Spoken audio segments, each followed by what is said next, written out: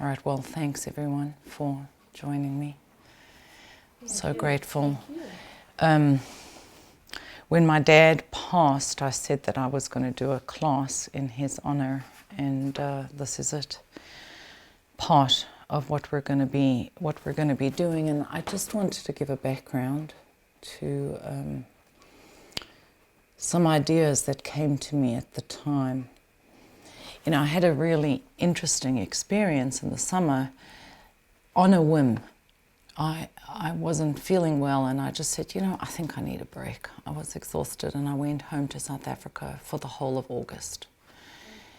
And I did not know that that was going to be really the last time I spent time, the last time my dad was conscious. And I had to come back because my daughter was giving birth. Otherwise, I would have stayed another week or so. And I came home, and she went into early labor, first baby, but early labor. And I was her doula, and she gave birth. It was the most remarkable experience, like when you're not the one who's actually laboring, but also very intense. And I cut the cord for the baby, etc. The soul coming into the world was very powerful, seeing the head emerge. And then about a week later, I got a call that my dad was very sick, and 2 days later he was diagnosed. So from the day he was diagnosed till the day he passed was 1 week exactly. I mean, it was lightning fast. Probably already had the illness in his body when I was there. And I went back, and there, you know, two things that I'll share. When I was a child, my father taught us about the Zodiac, like not in a reading the stars kind of way, but just teaching us about where things are and recognizing Scorpio in the sky and Sagittarius and Orion's belt, you know. We have the Southern Cross in Africa, not the Northern Star. And I remember one night when I was a young girl, my dad called us out of bed. My sisters and I were in bed. We were in the Drakensberg Mountains, and he and his brother had built a house that we used to vacation in. And he pointed to the horizon and he said, do you see it looks like a cloud? We said, yeah, it was above Cathkin Peak or Champagne Castle. And he said, that looks like a cloud or maybe stars, but that's actually a galaxy. It's the only galaxy visible to our eyes from Earth. And I will never forget standing there. Maybe I was at 12. I will just never forget how big the universe became. My father made it that big for me. And over the years, I came across a Kabbalistic teaching which says that before the soul can enter into the next world, it first has to immerse in the river of Dinar. Why? In order to forget the vision of this world. Like, you can't relate, and we'll come to it later in the lesson, but you can't relate to the next world until you forget this world. And then at some point, I read a commentary that the river of Dinar refers to the Milky Way. And I remember being a young girl with my sisters. We'd go and lie out in the Drakensberg Mountains or Golden Gate National Park, and we would watch the Milky Way rise and set. It was just breathtaking, you know, and heart-opening. I feel badly for people that don't see the stars. And I could not get to South Africa in time for Shabbat because the flights, when they were taking off, by the time I knew it was critical. And I just prayed and prayed that he would be there when I got there. And I remember being on a night flight going to South Africa. And when you fly over Africa, there aren't towns or many towns with electricity. I mean, you just go north from Europe to South Africa on a night flight and you can see the light is wood that's burning. You know, deforestation is really where people don't have electricity. flying there, and there's this blackness, but the stars were shining, and I kept on speaking to him, and I said, Dad, please, just stay. I'm going through the Milky Way now. Wait, don't go in the opposite direction. And he did. He waited. I got there, and, it was just, he wasn't able to speak, but I think he knew that I was there. And watching him pass was one of, ironically, the most life-affirming experiences that I've had. It was so profoundly life-affirming to see a soul leave the body and to know that we are embodied just for a short period of time, and then we go on our way. And it reminded me of a teaching of the Ramah Reb Moshe Isserles in the book of Esther. The beginning of the book says that King Ahasuerus ruled from Hodu to Kush, which means from India to Ethiopia. And that was the reign of his empire. Hodu is from the word Hod, glory, and Kush, darkness.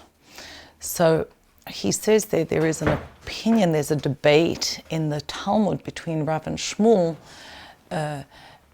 whether Hodu and Kush were adjacent to each other. I mean, if I'm saying it's India and Ethiopia, obviously that wasn't a unanimous opinion.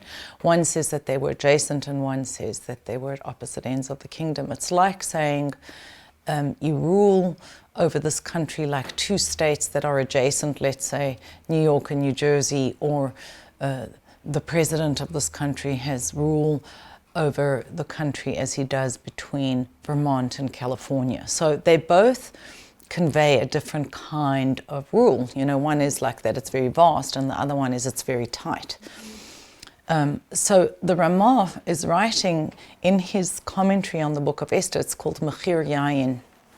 He says he's looking at the entire text as an analogy of a person's life. And he says, when you look at it as life, Hodu, glory, is birth, and Kush is death. And what Rav and Shmuel are talking about is whether birth and death are adjacent to each other or at opposite ends of the kingdom.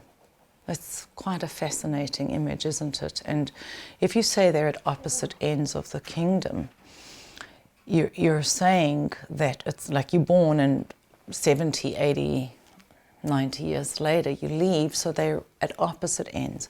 But if you say that they are adjacent together, then what that means is that birth is a death and death is a birth. That's what I was kind of living with as my father was leaving this world, because I had been through the birth of the baby and the loss of my dad. And, I turned off, we didn't give him, he wasn't on life support at all. We gave him morphine to make him comfortable, and I turned that off, so that after he passed, his body would not be filled with the fluids. And it was just like cutting that cord. And it was a birth, but in the opposite direction. And birth was a death in the opposite direction, which is that when we're born here, we're dying from the spiritual worlds. And the souls that say goodbye to us are saying goodbye to us as we go on our journey here.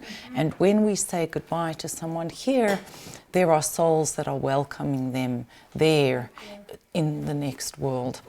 So it was just a real deep experience in terms of our journeys and how we are in transition throughout our lifetimes. So I want to just say that whatever we're learning today is in the merit of my father, Shalom ben Chana, and a friend of mine's father, Sarah Razel Bas Ruvain. So when we come to speak about the soul, I think that we have to begin by looking at our rings of identity, I call them. So let's say there's my body, just as one ring, and my gender, or the sex of a person, and then there's the role that I play, like wife or mother or friend, and there is a job, and you can think of these as circles that are moving outwards in different ways, and that's, then you have to put me, there's my body and my gender and my role and my job, and then there's my location, which is Brooklyn, but my location began in Johannesburg, South Africa. That's something else that's really formative in terms of who I am. And then there is, New York City and America, and then there is 2020. That's where we are, or the year that I was born. We were born in South Africa. There was no television. I never saw television till I was in my teens. It was like I was like last year of high school or something. Last year of high school. I mean, I think that it made our education and our lives so rich. I'm so grateful for that. But that's like a ring, right? And then there is being in the 20th century, not just 2020, etc. But who are we? Inside of all of those rings, we start to peel that away and even come really close and say, well, if I'm not that, what's the impact of, how's my personality formed? I mean, in my online program, The Method, I speak about the fact that we have a soul print, and we'll speak about that a little bit today, which is the makeup of our soul. It's unique to each individual.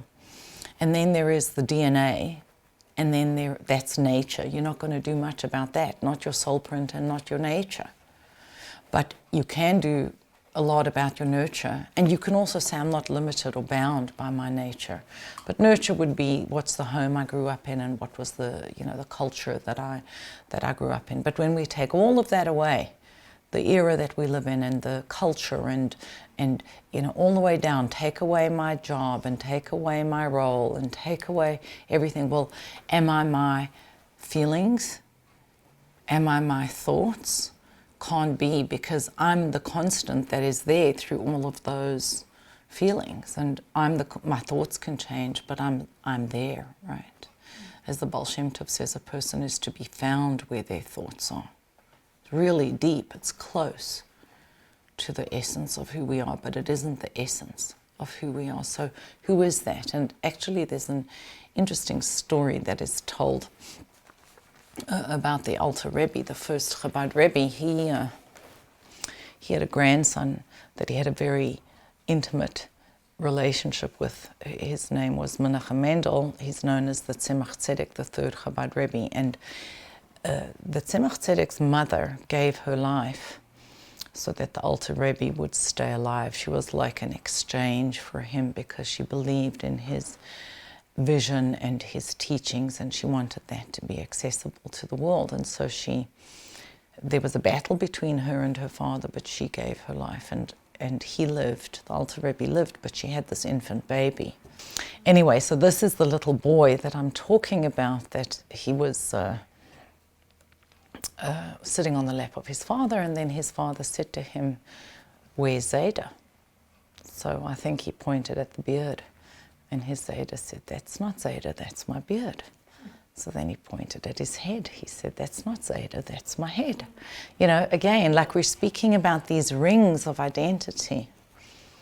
Then the little boy, I think he was 3 or 5, slid off his Zayda's lap, and he went out, and he was at the door, and he called to him. He said, "Zayda."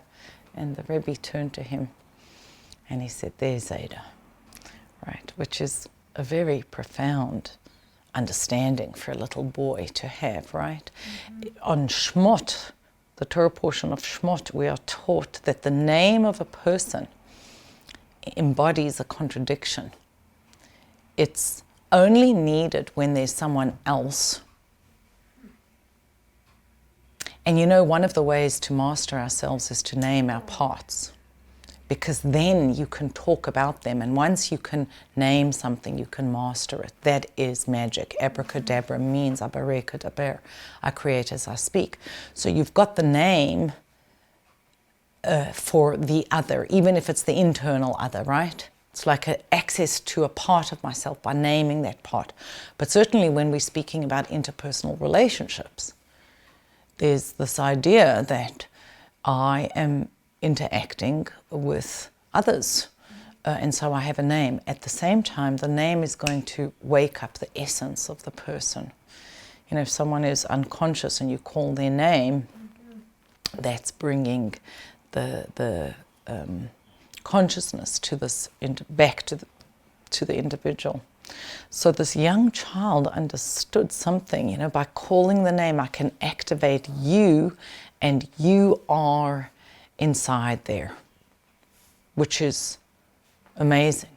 But clearly we are not all that outside stuff.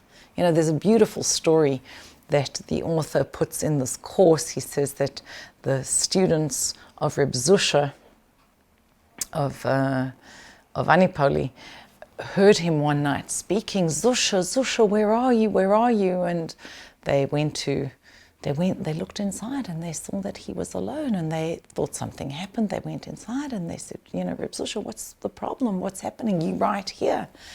And he said to them, you fools, like, don't you understand there's going to come a time where I will be on the floor. I'm going to be lifeless.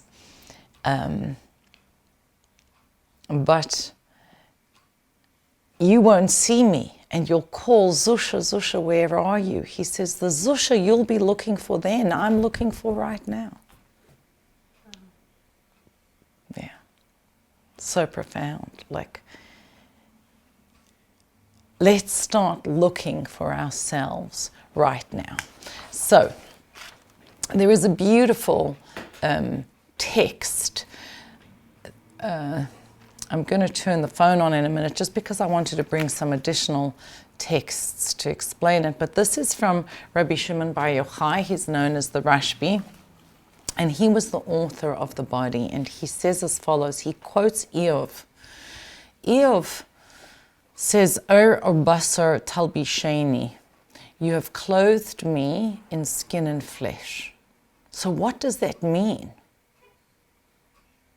He says, we often encounter the expression flesh of the person, implying that the real person is within and the flesh, which is the body, is only a vestment. It's like a garment that we experience.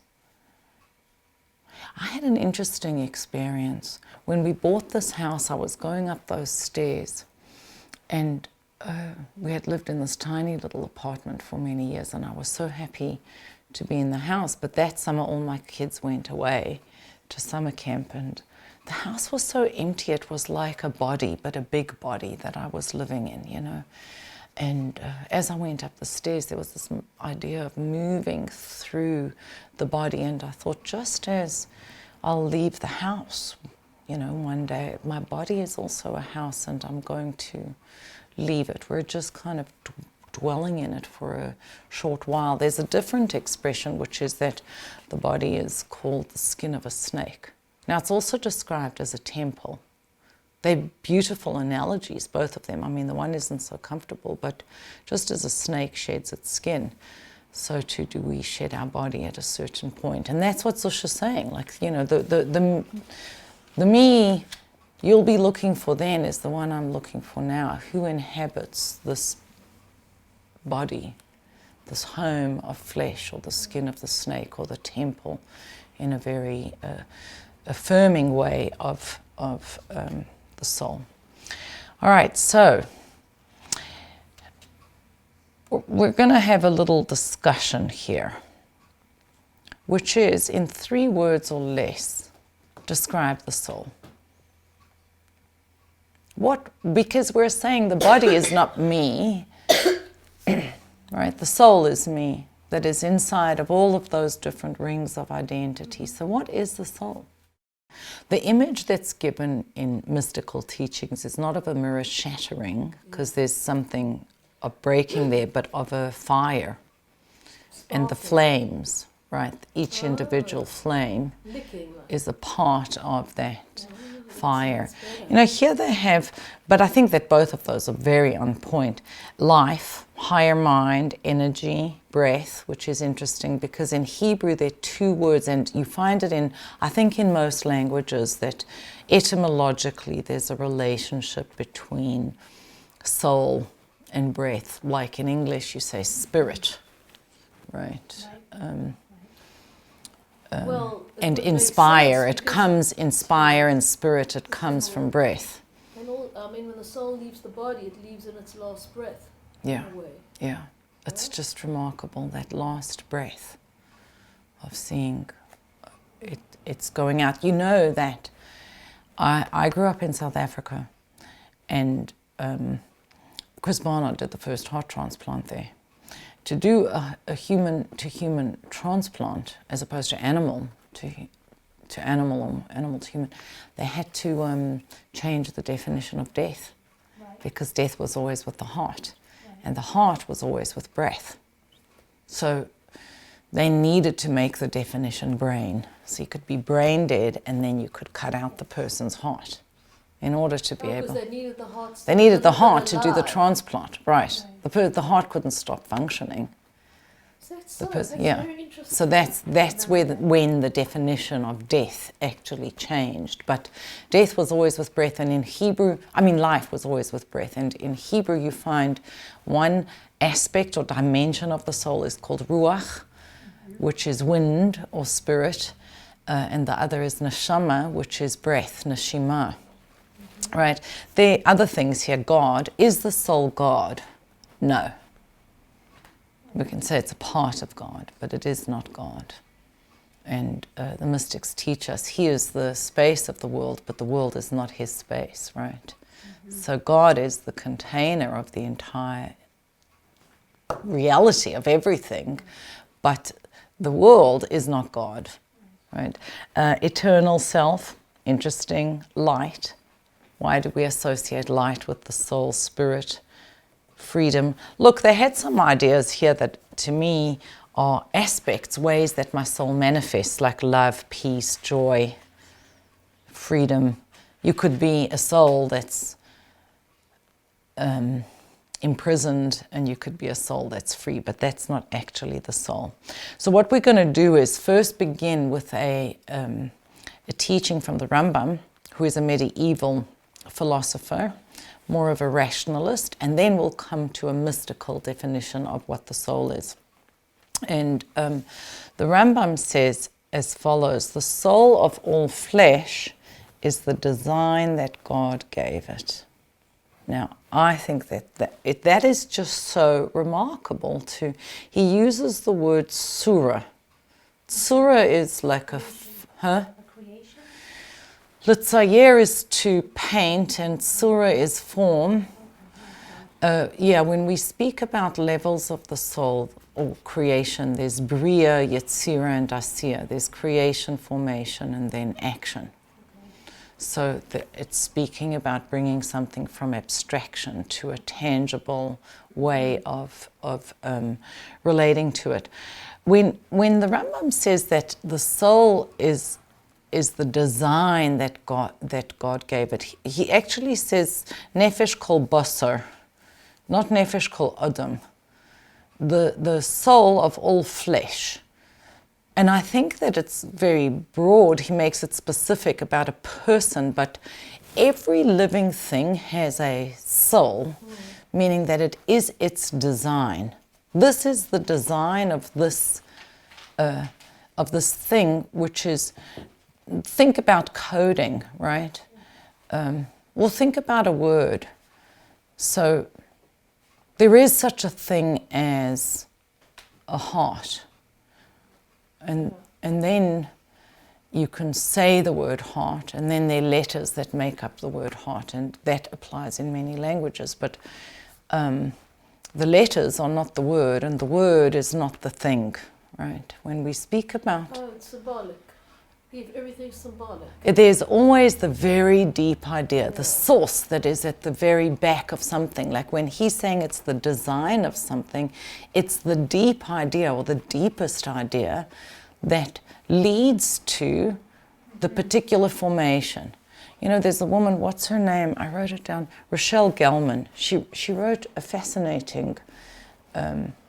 So if there's the deepest desire that leads to all formation, by definition, it implies that there's a dharana. Right. Right? Exactly. That there has to be a dharana. Right. And I want us to look at the Rashi on the creation of a person, where he speaks about our being made in the image of God, Tselem Elokim, because the word surah is very connected there. And is, you know, what's our form? Is it God's form or a form that was specific to us? Saying that there is a design means there is a designer. Exactly. But here's the interesting thing. When we look at this Rambam, I think of the paper written by Rochelle Gelman, and it's called How to Build a Baby. Now, she is not writing from a religious perspective. Actually, she's writing from an evolutionary perspective. And she says, you want a certain kind of being that will be very sentient, like capable of great intellect. Well, that means it has to have a pretty big brain. And to have a big brain, it's got to have a big skull. And to have a big skull, it's going to have to be able to be born from the person, right? So a woman in labor is going to have to be able, firstly, she'll have to be able to hold that baby, and then she'll have to be able to open her body. And Rashi speaks about this at the beginning of Genesis in terms of the shape of Eve, Vayivenes Ha'isha, that God built her. He says he built her like a silo, narrow at the top and broad at the base, so that she could hold the child and then expand to be able to give birth to the child. So all of these things, you want this person to be able to have a particular ability to see and to focus. That means the eyes have to be at the front. You know, all the hunted animals, their eyes are on the side, but the hunters, their eyes are in the front, because they're going to have a point of focus in front of them. And she brings this down to evolution. But I think of the Rambam when I think of that paper, which is this. If you want an end result, well then the designer, work backwards, and you begin with the end in mind, and you know what it is that you eventually want. Right? If you want passengers to be able to carry suitcases on a plane, you have to make sure that you have bulkhead space overhead. So when God creates the body, it has to be a fitting container, an appropriate container for that particular soul. And actually that's one of the meanings of the word Kabbalah, lahakabil, to align, to stack all of our parts and aspects. There's so many of them, one on top of the other. If you are aligned properly, you're in flow. Then you feel fully alive. So the Rambam is saying there's this, the design that is behind all of that. And I'm saying the way I extend that and understand that is you begin with the end in mind. The container is going to match the soul. And we're not just talking about the letters or the word, the coding. It's the idea that that coding has to embody. So God had an idea, which is that there would be people. And you were speaking about how people, are spread out like these sparks all over. That's alluded to in the verse, Ner Hashem Nishmat Adam. God's candle is a person's soul. Just like you would take a torch, a lamp, and light up a place. He's holding us in order to bring luminosity to that. So the soul and the body are in perfect harmony. And it seems to me, the body is adjusted according to the soul. Some of us are tall and some of us are short, and some are male and some are female, and some of us are extroverts and introverts. Well, that's your personality and your body. Just the genetics of your DNA is going to be mapped onto the soul print that you have. although at a very deep level, we're all the same. At the very essence, we are. But the Rambam's saying that the soul is that thing that is the design, and it provides life, and it's not a byproduct of life. It's the very thing that brings life to us. So let's have a look over here at what he says. The design, this is from Mishnah Torah. The Rambam codified all of the laws of the Torah in his magnum opus, and it's from Hilchos Yesodei HaTorah, the laws of the foundation of the Torah. He kind of tells us who God is and what the soul is, etc. The design of the human being is the extra intelligence found in the human soul of the person who is complete in his intelligence. He's a rationalist, and he looks at the idea of intelligence being there. Now, when a person is formed in the Bible, we're told we became a nefesh chaya, a living soul, right? Adam was created and he became a living soul. Everywhere else, Rashi says that nefesh chaya means something that has life in it, which means it has design. There is the design behind that thing. But he quotes, I think it's Onkelos there, as saying nefesh chaya by a person means a speaking soul. The Rambam is looking at the soul of a person as being intelligent. Regarding this design, it is said in the Torah, let us make man in our image and our likeness. And we'll look at what both of those mean. He says that means the human design is one that knows and grasps ideas that have no physical substance. That is probably one of the most defining things about a person, is that there is the capacity for abstraction. I remember as a teenager sitting under the eucalyptus tree in the garden, and I was looking at a blade of grass and thinking to myself, what's the difference between me and the blade of grass? And, you know, going through, well, it's not this and it's not this. And it was about, I mean, ultimately at the very end, what I came to was I was aware of myself and the blade was not. Yeah? Very deep, yeah. Yeah, it is. I mean, I think any living thing other than people don't grasp self. They have no concept of time.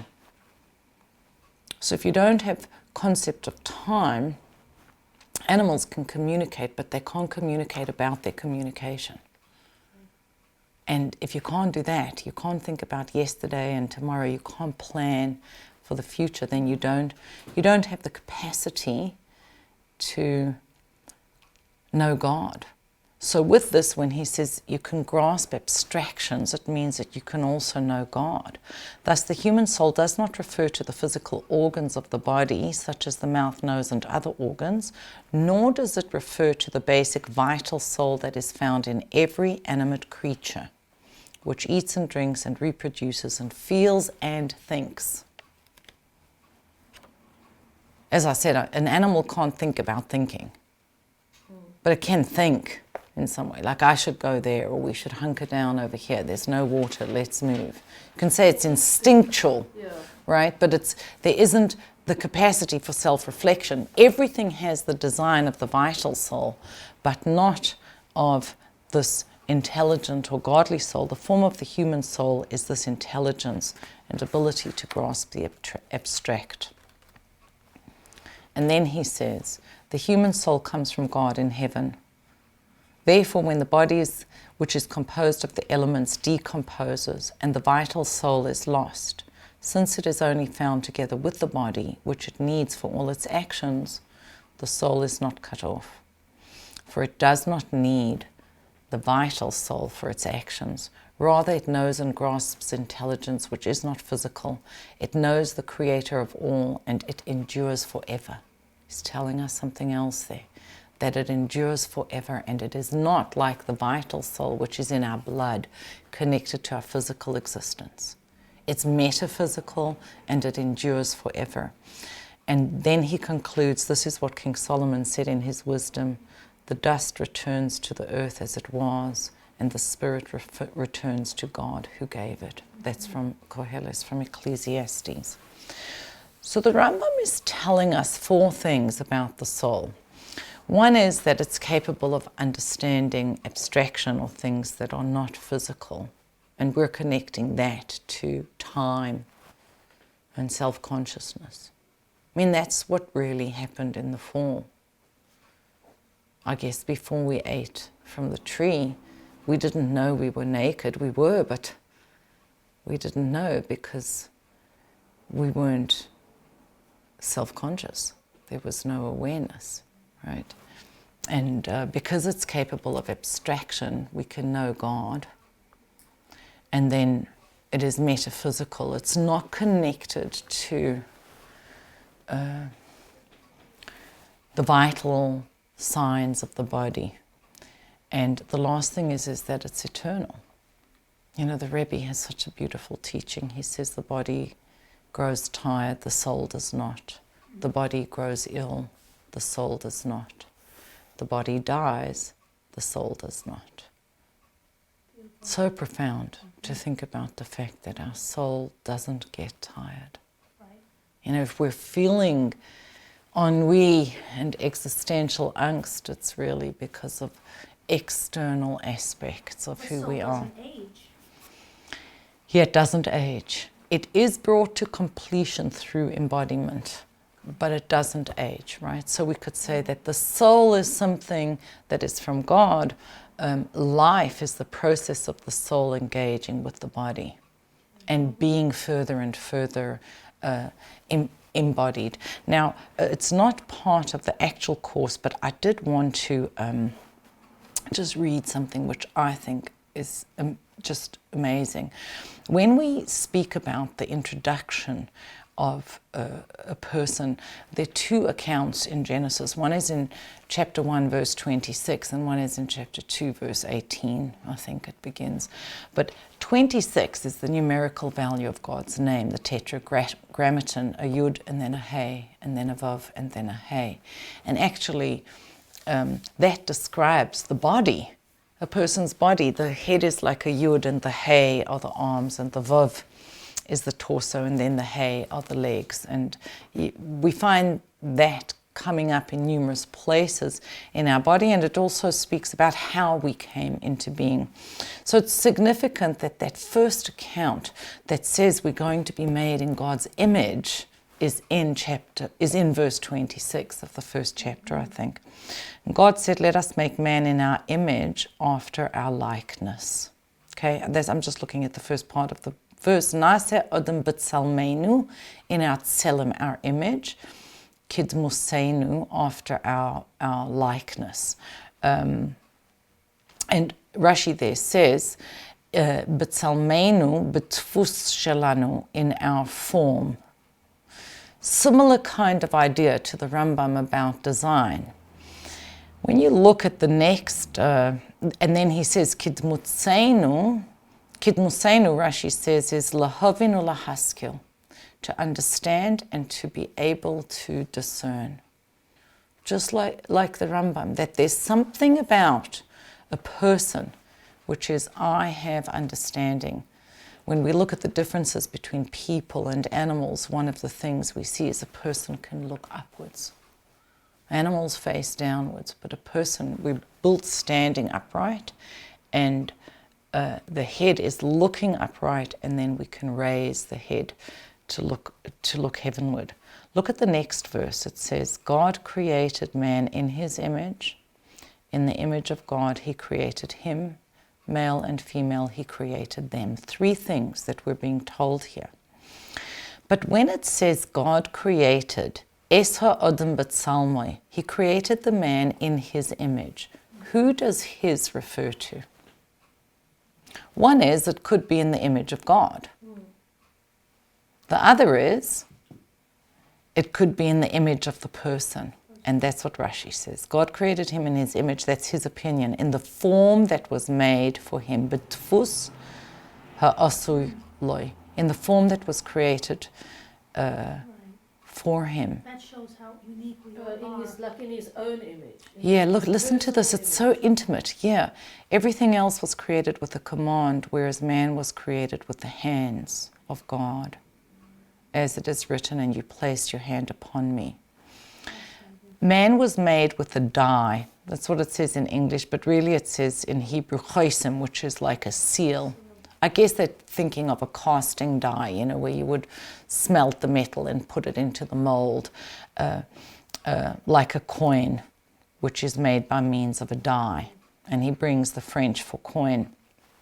The die changes like clay.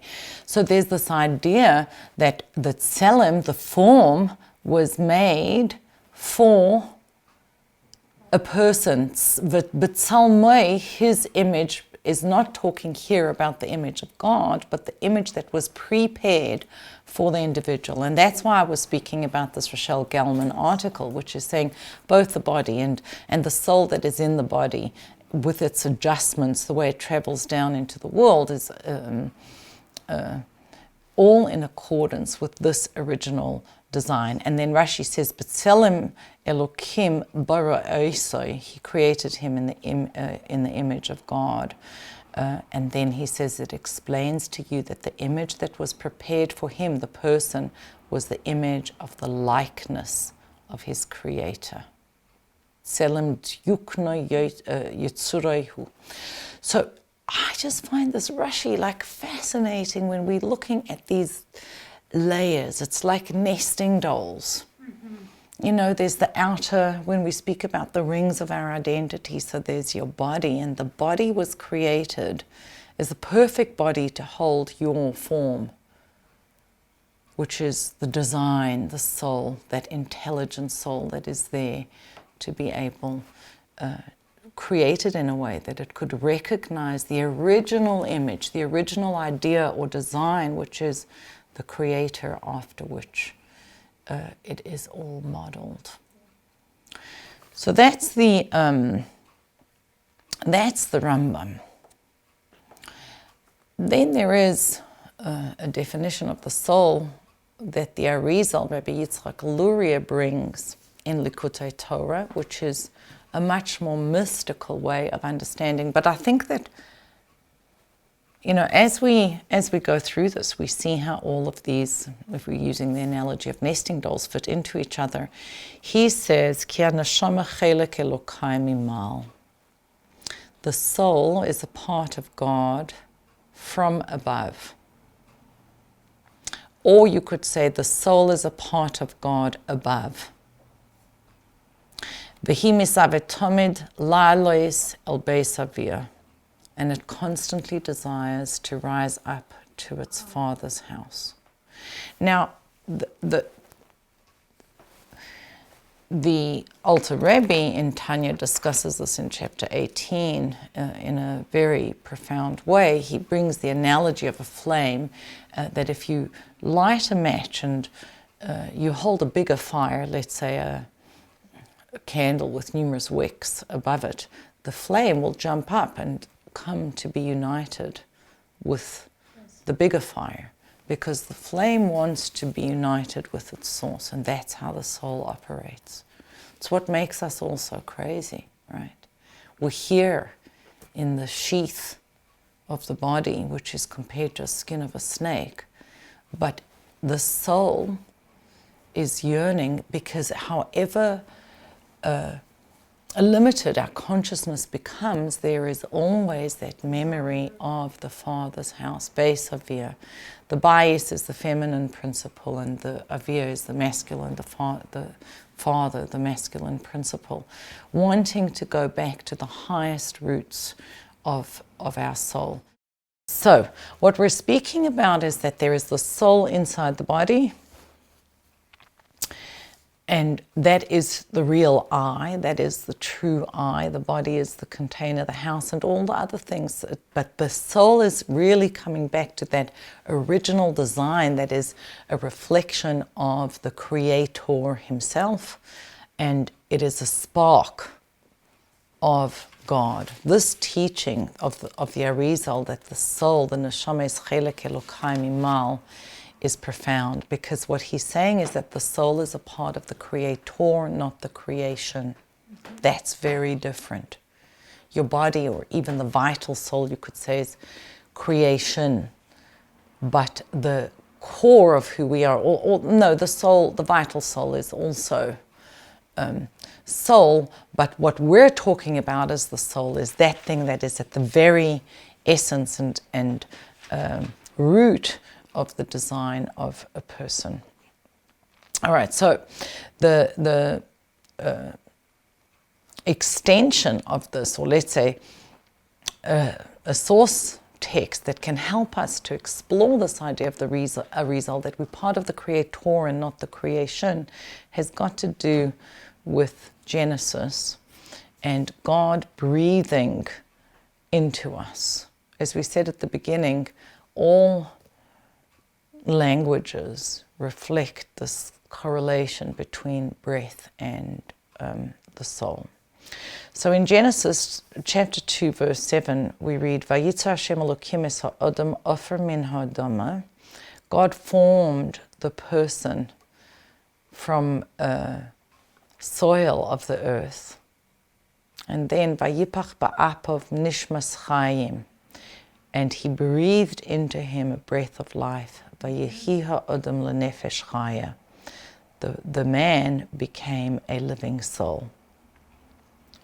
Quite remarkable. I mean, the contrast, you know, we just read this Rashi where he says that everything else was created by speech, but God made us, we were like the handiwork, you know, of made by hand. That's so intimate. If you get a garment that's made by hand, it's so different from a garment that is cut. Not cut, but, you know, mass-produced, right? There is this intimacy in the creation of our body, and a very big contrast, because the body is of the earth and the soul is something that is breathed into us. Two diametric opposites that really embody the polarity of what we are. And, you know, here you see different verbs that are used. The first one is vayitzer, to form, and the other one is vayipach, to breathe. Now everything else we read vayomer, God said. And what does that mean? You know, that he's creating. Well, we're not going into the whole understanding of how God created the world through speech, but he did. And yet when it came to us, not speech, something much lower, which is formation, handiwork, you're doing that, and it was like clay, soil. And on the other hand, breathing. So it's like you could put speech in between, but breath is so much higher or abstract than speech, and formation is so much lower than speech. God said, let there be light. God said, let the waters, right, be separated, let the earth appear, let the vegetation sprout forth, etc. But it wasn't like that when it came to our creation. And what we learn from this is that the very description of how he created us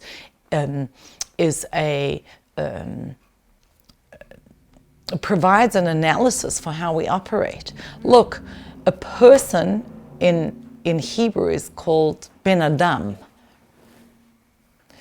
I don't like the use of the word human. I've spoken about that many times. You know, people used today, human replaced person, planet replaced earth, the divine replaced God. You know, if you say a divine force governs all humans on the planet, that's very different from saying God watches every person on earth. It's so personal. Politically correct. Yeah, but why did that happen? Because you see, it's not personal when you say human. Human is a category like mineral, vegetable, animal, human. Planet is like a sun, a planet, a star. It's not our earth. And divine is not personal, it's not God, right? Here we have Hashem Elokim is the former of us. It's such an intimate thing, and it's speaking about the duality within all of us, which is that we're very physical and very spiritual, unlike other things. Actually, so as I was saying, Adam is a person. The word human is from the word humus. And humus is like the earth, right? Like the rotting soil that has decomposed to be earth. And it's the void of the soul. well, it's even the word human is like Adam, Yes. in the sense that it's referring to the earthliness, right? So when you look at the word Adam, there are three things in that name. Adam from Adama, earth. We were made of the earth. Adam from Adameh Le'elyon. I am similar to the supernal. We are created, as we said, Kidmusenu, in our likeness, in the form of God, in the form specifically that was ours, but that was a reflection of the supernal form. So what do we have there? Similar to this, that we were formed from the earth and God breathed into us. And then, of course, Adam is also Aleph Dam, one through blood. I think people are the only created beings that blush. It's a very telling thing that a person can blush. Rabbi Manis Friedman wrote a book, Doesn't Anyone Blush Anymore? Many years ago. Such a profound title, because when you lose your ability to blush, there's something about the Adam, Adama, the earthliness, and the godliness that is negotiated through that blush. And when we lose the ability to blush, I think that we have lost that capacity. Why do you blush? What you mean by that? Why do you blush? Because something touches you You're inside. ashamed or something. Right, there's a certain sense of shame or loss, right? But it's this uncontrollable rushing of the blood to the face. But that comes from the loneliness of being a person created from the earth and having the accountability and self-consciousness of someone created in the image of God. So the Rambam's saying, it's this being that has the capacity for abstract thought and to know God, which means, well, when Adam and Eve ate from the tree, so now they are Blushing. They are blushing, right? They are self-conscious. Self-aware. So yes, that's what happens first. There's time. You can observe yourself, and when you can observe yourself, there enters morality. And the split between Adama and Adameh Le'elyon, earthliness and being similar to the Creator. So to me, you can write an entire book on the psychology of people just based on that. So whereas this text speaks about the formation of the body and then life being breathed into it, all other creatures were created alive. Listen to this verse. Vayomer Elokim, toitze ha'aretz nefesh chaya lemina. Elokim, the God of judgment, not Hashem Elokim, the tetragrammaton with the word Elokim. Elokim said, let the earth bring forth all kinds of living souls according to their kind. Behema, veremesh, v'chaiso eretz lemina, vayehichein. Cattle and creeping things and beasts of the earth according to their kind, and it was so. So what do we see over here? Giraffes, cats, dogs, lions, anything was created alive. It's not like there was this form. There's no description of God hand making a form or speaking a form into being. It's just, okay, there was an animal and there was this animal and there was that animal, etc. What's the reason for that? Why is it so significant? You see, it's part of this duality that defines human purpose.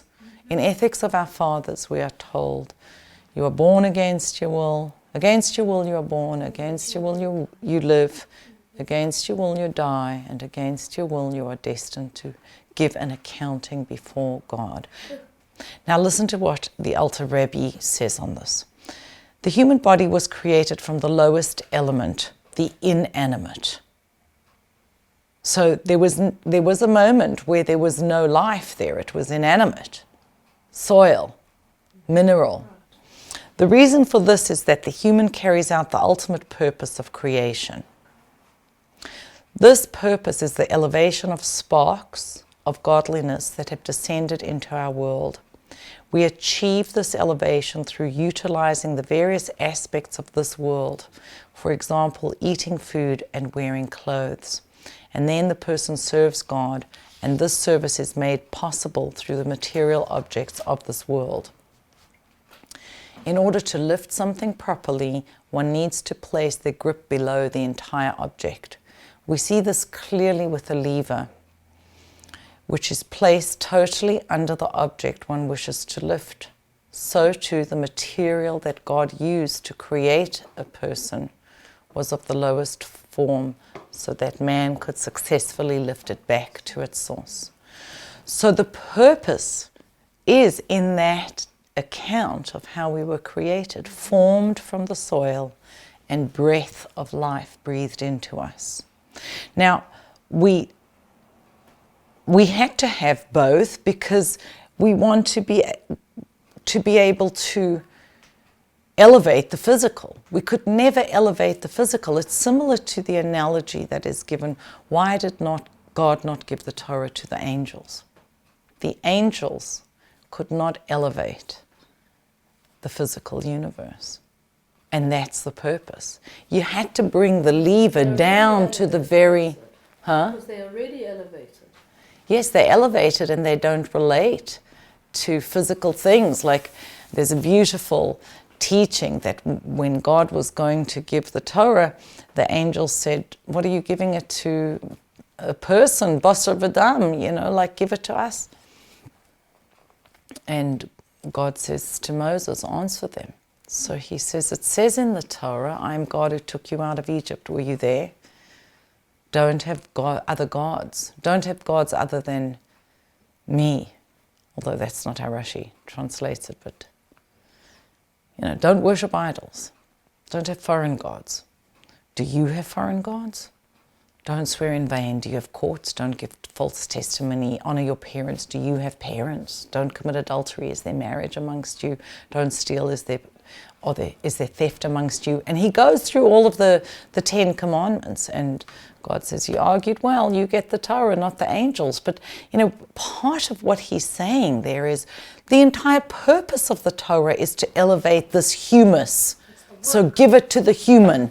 You want the Adamah, the earth, to be elevated. So give the Torah to the lowest. And that is why God created us in the way that he did, because we had to be able to relate to these lowest parts. But at the same time, in order to be able to elevate them, we had to have this godly soul, one that was so lofty it couldn't be created. It's not just a nefesh, a spirit that is in the blood and created with everything else, as everything else was. It is from the breath of God. And the breath is significant in that your breath comes from your inwardness. Think about a sigh. The Frierdiker Rebbe, the previous Lubavitcher Rebbe, says a sigh is a kind of tshuva, kind of repentance. He says it's the highest, tshuva law, a very lofty form of repentance is there in a sigh. So the breath comes from the inwardness of the person, and that's the analogy, but God is the source of that analogy, that the soul comes from his inwardness.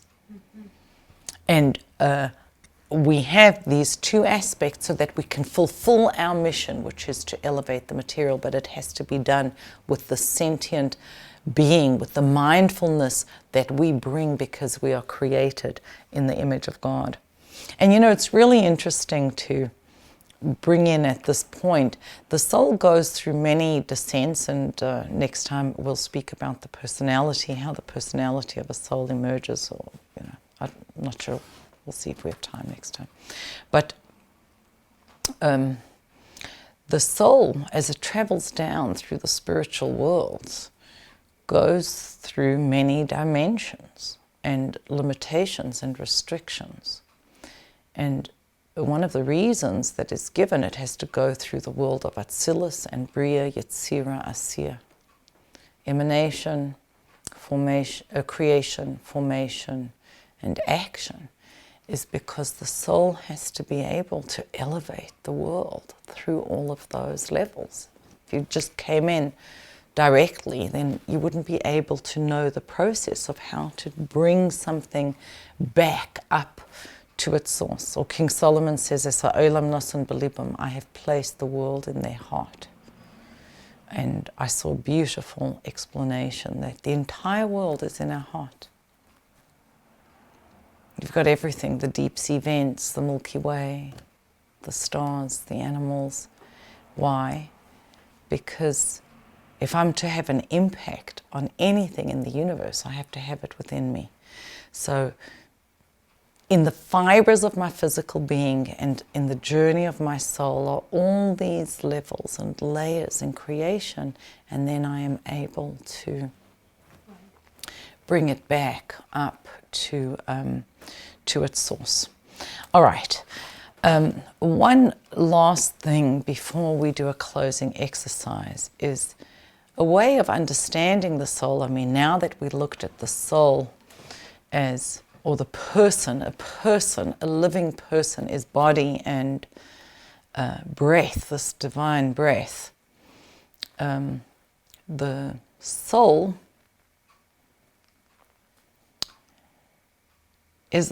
can be seen as an interpreter or a translator that allows us to, there's a bridging of those two that needs to happen. You know, the soul speaks a language that is ethereal, lofty, spiritual, selfless, and the body is physical, pleasure-driven, and selfish, and we need to be able to come to this meshing of those two realities and create what Hasidus describes as a dira b'tachtonim, a dwelling place in the lower realms. And we begin by bringing that unity at a universal level through first focusing on bringing that unity inside of ourselves. I just want to say one thing as an aside. I saw a fascinating, here we're speaking about breath, right? Footnote in a teaching of the Rebbe. He says the word or, light, and avir, air, are the same. But avir, or is aleph, vav, resh, and avir is aleph, vav, yud, resh. There's a little yud there. And he said in the air there is the yud of God's name, this life-giving power that is in the air. And you know, when I saw that, I thought to myself, I must look at the English etymology, and I don't just mean, let's say, to the Old English, German, or French, like what's the Indo-European and back. So if you look at the word, I said, what is the word aura? Where does that come from? Is it from or? Is it from the Hebrew word or? Well, it's listed etymologically as coming from or, A-U-R, which was air. But when you look up the etymology of the English word air, it comes from German wear, right? Air, wear, it's the same. And when you look at language groups, letter groups, bumaf, b, v, m, u, w, and v are very similar. Where is ver, which is vir, avir.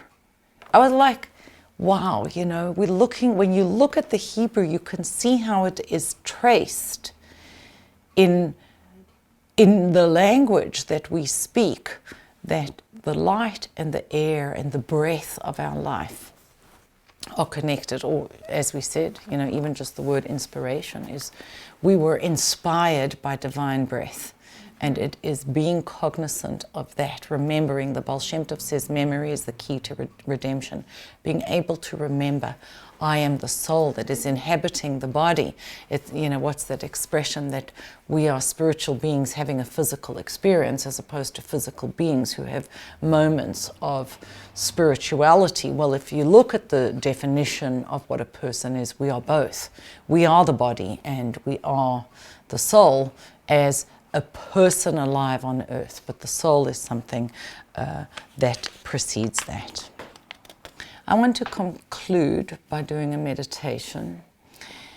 The segue to the meditation has got to do with what our purpose is, as we said, to elevate the material and to infuse the matter with spirit. We have to bring the breath consciousness into matter and thereby elevate the matter to the supernal realms. This is echoed in the giving of the Torah. We were taught at the giving of the Torah, the supernal realms came down to the physical dimension, to the lower realms, and the lower realms rose to the supernal realms. So the creation of a person and the giving of the Torah, they're very similar events, right? In fact, the giving of the Torah intrapsychically is my supernal realm, the breath, sentient being has to come down to the physical earthly being, and the lower realms have to rise up to the higher realms. Let me elevate my behavior, refine myself as a person. So there's the inspiration and the elevation that has to happen. And most of the time we're not cognizant of this. We're not aware of what's happening. But we are called upon to become conscious of this. And one of the ways is through a blessing. Now, if you look at the word blessing in Hebrew, it's bracha, and the word bracha, blessing, is connected to two other words. One is berech, the knees, and the other is brecha, a pool. So the teaching is this: when we bend our knees, when we humble ourselves, we draw down from the supernal pool of blessing. So there is a pool of blessing. A blessing isn't creating something new. That's what we call a Yehi Ratzon. May it be God's will. That's out of the ordinary. Awakening a new desire in our loved one, in God. The blessing is revealing what was always there. You know, our sustenance is given to us on Rosh Hashanah, on the New Year, so why do we have to pray for it every day? Every day we pray to bring down the blessing of that day, to reveal the blessing of that day. So we're going to do a meditation on becoming mindful, being conscious of our blessings. In fact, we're taught, there's a beautiful verse, Ma Hashem Elokecha shoel mimcha, what does God ask of you other than to love and fear Him? And of course there's extensive discussion, is it such a small thing to fear God, you know? And one of the answers is Meya Hashem Elokecha shoel mimcha. God asks 100 of you, 100 what? 100 blessings a day. These 100 blessings will keep you connected to God so that you will be able to have reverence and love for the Creator. Now, at the core of this is understanding that when we engage with the physical world, we are able to elevate it. In every physical thing there are sparks of godliness.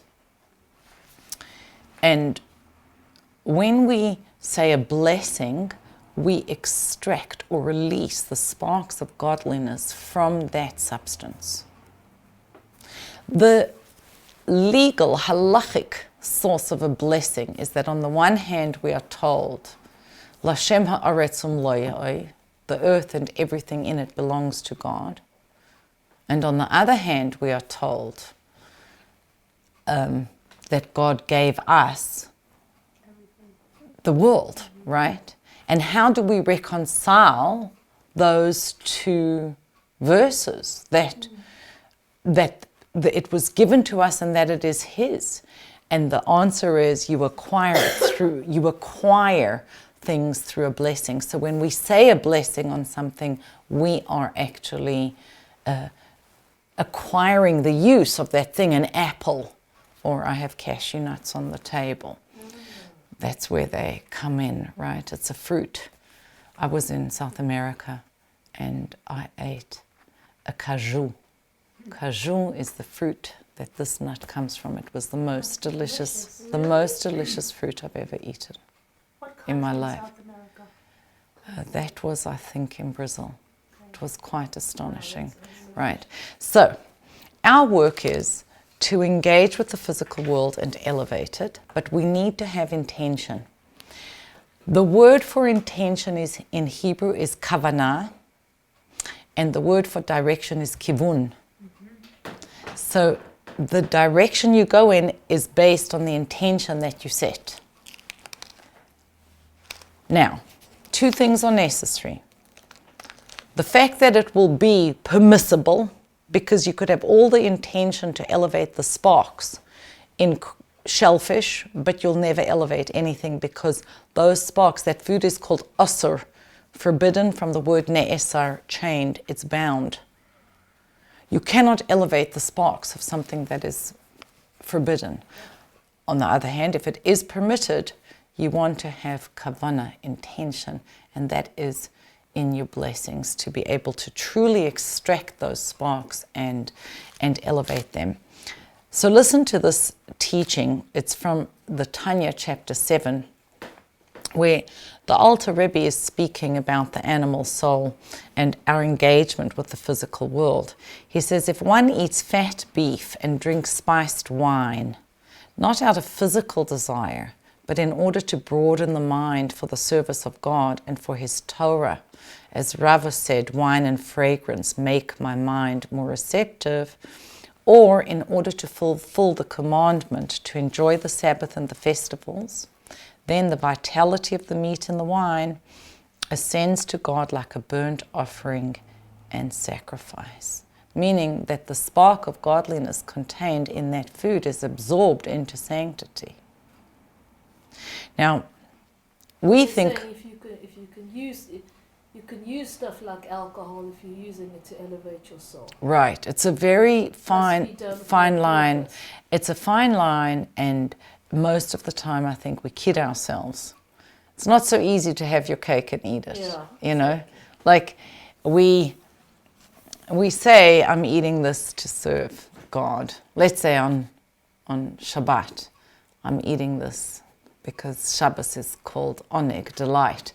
So you have all this delicious food, but you're going to tell me you're not actually enjoying it. So Shabbat is its own category because the sparks are elevated just by the sanctity of the day. But the first example... You have to have self-discipline to realize that once you reach a point of excess, you're no longer bringing down the spark. Right, because then it would be driven by desire. So you see, on Shabbat, you could eat the food and not necessarily have the kavanah, the intention to elevate it, and it would still be elevated. But when it's not Shabbat, you would need specific intention. And he gives the example of Rava, who was eating this fattened beef and spiced wine because it would be marchiv esadas, it would expand his consciousness. In fact, the Talmud in Bava Kama gives an example of a sage, Rabbi Nachman, who didn't rule correctly, and there is one opinion that was because he had not eaten that day. So you have to having food that, look, we think of food as fun. A much more elevated way of thinking of food is fuel. And when you have food that is good for you, it's going to keep the body open and the mind clear. But then there is a higher level, which is I'm going after the sparks in the food. And that's what the Baal Shem Tov says. The Baal Shem Tov says, he comments on a verse, Ra'evim gam tzmeim, they're hungry and also thirsty, nafshem bahem tisatef, their souls are enwrapped in them. And the literal meaning that you can understand is that they're obsessed with the food and drink. Go to the party and they want it all. You watch people at a smorgasbord at a wedding, it's embarrassing. Embarrassing. As if there'll never be food again. My father forbade us from standing online at a smorgasbord. He says, when everyone has had, you'll go. But you're not going to stand online for food. Anyway, so that's the first way of understanding the Baal Shem Tov. They're obsessed with the food. But he says, no. The people are obsessed with the divine sparks that are enwrapped inside of the food. Nafshem bahem tisatef, they are wanting the godliness that is inside of the food, and that's what really drives us. Whether it is with physical intimacy, with food, with wealth, we want the godliness that is inside of that thing, because our soul, this part of us that was breathed into us, wants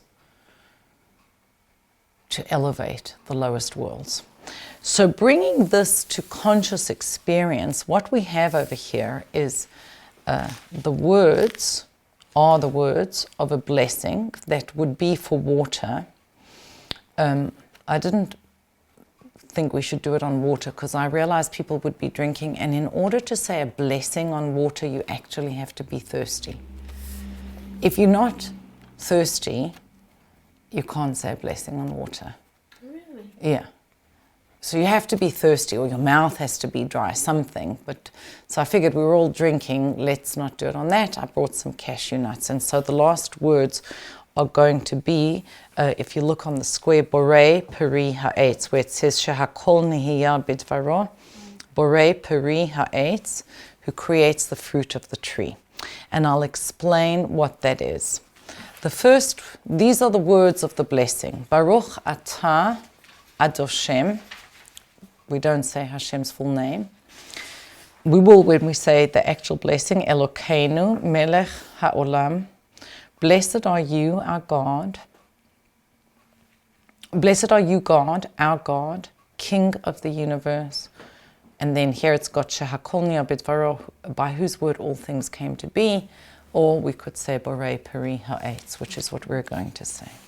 Now, what is the intention a person is meant to have when they're saying a blessing? The first word is Baruch, blessed. This is before we even address God. We're thinking about the source of reality, this brecha, the supernal pool. And that we, through bending our knee, that's not the first meditation, but as we'll see by extension, when we bend our knee, when we subjugate our body and don't partake of the world without having said a blessing, we draw that blessing down. So the berech, the knee bends, the brecha, the pool opens, and the blessing flows down. The first word is atah, you, and here there's no name for God. It's so direct. It's me to you, where God transcends even having a name, right? It's not first person, but it's second person. It's not third person, right? He or she. It's you, intimate, one opposite the other, and tells us immediately that we have a personal relationship with God. So, we have Baruch, Atah, and then Hashem, God's name. God's name is the tetragrammaton, Yud Kei Vav Kei, and it is all formulations of time, Haya, Hayve, and Yihiyeh, was, is, and will be. Which really, when we say that the person is created in chapter 1, verse 26, that 26 is very significant because we are able to be cognizant of was, is, and will be. Comes more after the form, after eating from the tree. But there is that ability to comprehend time. And this is our now speaking to God as He is, was, and always will be. There is a consistency and eternity to this level of God. Can you see? We're bringing things down. The source of blessing, you, God, the tetragrammaton, bringing you down. And the name itself marks that flow. The Yud is a point, and the He is the contraction and expansion, and the Vav is the extension. And the next He is the expansion of, I said contraction earlier, but the expansion of that revelation. And then we come to the word Elokeinu, our God. Generally, it used to be that God's name, the tetragrammaton, was translated as Lord. People can't relate to that anymore. I quite like it. I used to really resent it, but I like that name because there's the sense of an eternal rock that I can rely on, right? And then our God, and obviously here we have the possessive pronoun, nu, that you are ours, you are coming into my arena. The name for God, Elohim, is the same numerical value as the word hateva, the nature. So this is God as He is manifest in the natural world, God's power as it is manifest in the natural world. And the possessive pronoun. Once we have that, we have the word melech. The phrase here is melech ha'olam, king of the world, king of the universe. Melech is code in Kabbalah for relationship. Whenever you have the word king, there is a vulnerability as well because God is in a relationship. And how does He become king over the entire world? Because He is ours, right? Elokeinu. Because you are ours, and we enter into a relationship with you, Melech, you become king over the entire world, ha'olam. And the word olam is from the word helem, concealment. So there's a lot to hold in a blessing. It means life on earth is very challenging. We're born into a world where godliness is hidden.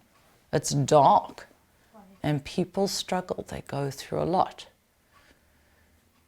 But by bringing down you, the supernal, to be our God, we can make you king over the entire world.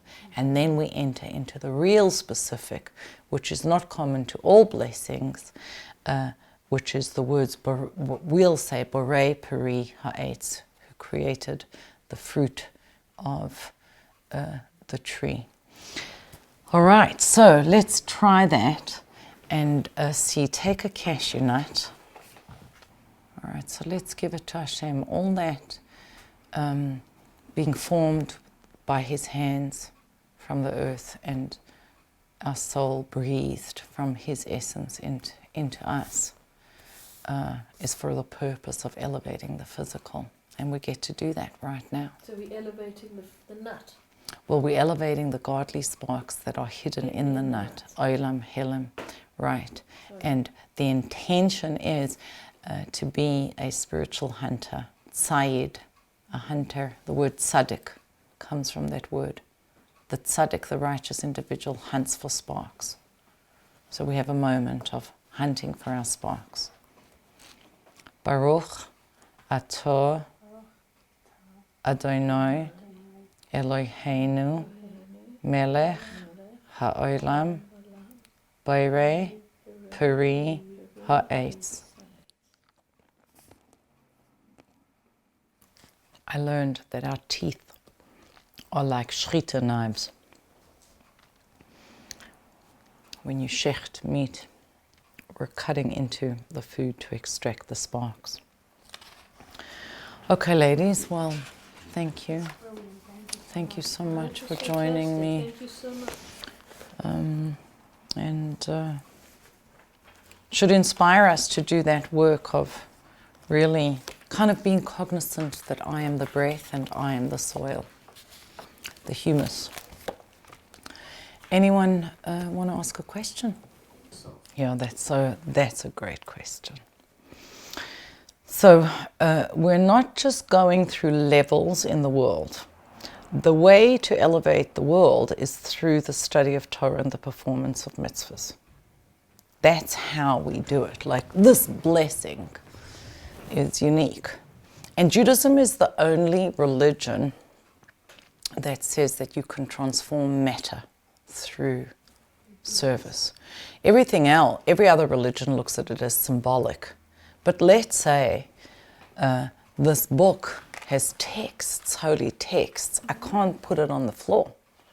I couldn't just step on it. I couldn't throw it away. Once you've used a parchment and made a Torah scroll of it, you can't discard of that. That's got innate holiness to it, right? So we're speaking about mitzvahs as being transformative, and the soul is the activator of that transformation, the intermediary. So there's God and there's this physical world, and our soul comes down to elevate the physical world. So we're not just simply going through levels, because a person might think, well, you know, I want nirvana and I'm going to remove myself. I've become more rarefied and elevated. I'm on a higher level than someone else. Well, you know, that's bogus, because at the end of the day, we're all the same, certainly in relation to God. And the impact that we make in the world is going to be equal in the sense that an action transforms reality. But coming to the central part of your question, how do we know what our mission is? A lot of it is going to be connected to the circumstances of your life. So when I said earlier that a righteous person is called a tzaddik, from the word tzayid, hunter, they know where their sparks are and they go hunting for them. But the previous Lubavitcher Rebbe says the rest of us are held in the hands of divine providence, and God guides us to our sparks. Now, I have a bunch of tools that I use to guide a person to what your mission is. Is it what you love, or is it what you're not good at? You know, what you excel at or what you struggle with, and it's both. What you excel at is your gift for others, and what you struggle with is your personal work. And then, you know, you have to take your passion into account, because God gave you a passion for a reason. And I would also say it's something that you can't outsource. Like, for example, you can outsource childcare, but you can't outsource parenting. So you have to look at, there's a whole range of things to say, well, what is mine in particular? But the global mission of a Jew certainly is the 613 commandments. The global mission of the nations of the world is the commandments that are connected to their souls. We have 10 that come into 613. They have 7 that branch into many other aspects of that. And then each person has to take their soul print, their physical circumstances, and be engaged in all of those mitzvahs with their unique imprint.